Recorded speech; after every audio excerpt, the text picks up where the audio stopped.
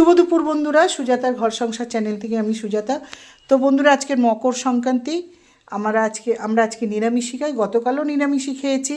তো আমি এই হাঁড়িতে আজকের ভাত করিনি, যেহেতু আজকের ওই হাঁড়িতে অন্য কিছু বানাবো।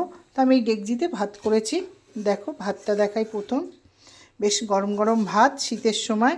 আর ভাতের সাথে দিয়েছি তোমার হচ্ছে কুমড়ো, শিম, আলু আর শুকনো লঙ্কা সর্ষের তেল দিয়ে ভেজে মেখেছি।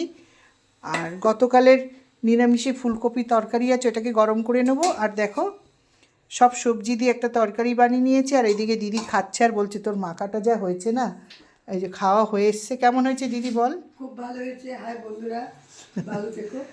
খুব সুন্দর হয়েছে। ঠান্ডা সময় সবজির সময় আর গরম গরম ভাত বল। তা আমি ইচ্ছা করে একটু গরম গরমই করলাম। তো চলো বন্ধুরা, আমরা এবারে খেয়ে নিই। আর সবাই মিলে আনন্দ করে পিঠে বানিয়ে খেয়েও। তো টাটা বন্ধুরা।